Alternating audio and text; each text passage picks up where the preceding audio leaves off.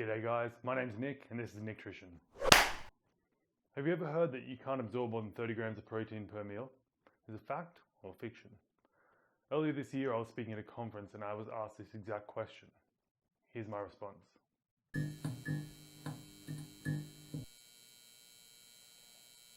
Without further ado, let us start with Mr. Big Nick, as we are going to affectionately refer to him as. I don't know whether the big is to do with the size of the man or the beard or both, and as an amalgamation of the two, but generally big.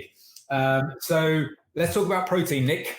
There is a myth or a phrase or a belief in some people that you can only absorb 30 grams of protein in one meal.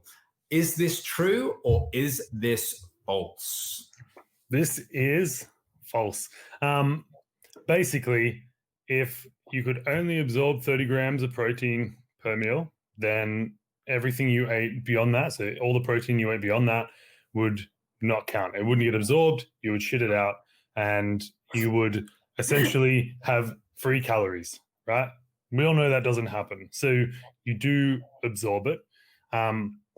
Is it useful? That's kind of more independent to the person consuming it. So as Mark and I spoke yesterday on the Muscle Gain Roundtable, we were talking about different protein sources and how much was needed to hit your leucine threshold.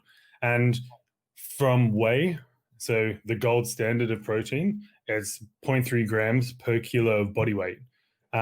If you have 0.3 grams per kilo of body weight and you're 100 kilograms, that would be 30 grams of protein, but that is what you need to hit your leucine threshold.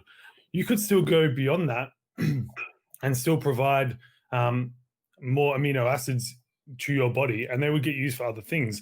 Maybe you would you would initiate muscle protein synthesis and you would get that muscle full effect and then not actually use any more of those amino acids for muscle protein synthesis, but that's not the only thing amino acids are used for in the body.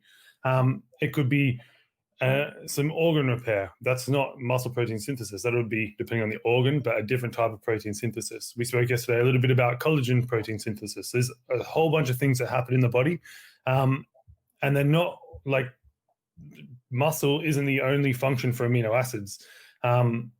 So even if 30 grams is all you needed to saturate the hit leucine threshold and saturate muscle protein synthesis, there would still be use for the other protein.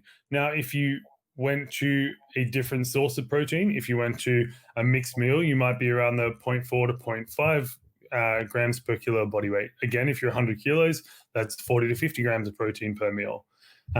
So straight away there, we're already above the 30 grams. And that's so me being 110 kilos, I need, if it's a really mixed meal or if it's no animal sources, I probably need up to like 55 grams per meal just to hit leucine threshold and even initiate muscle protein synthesis.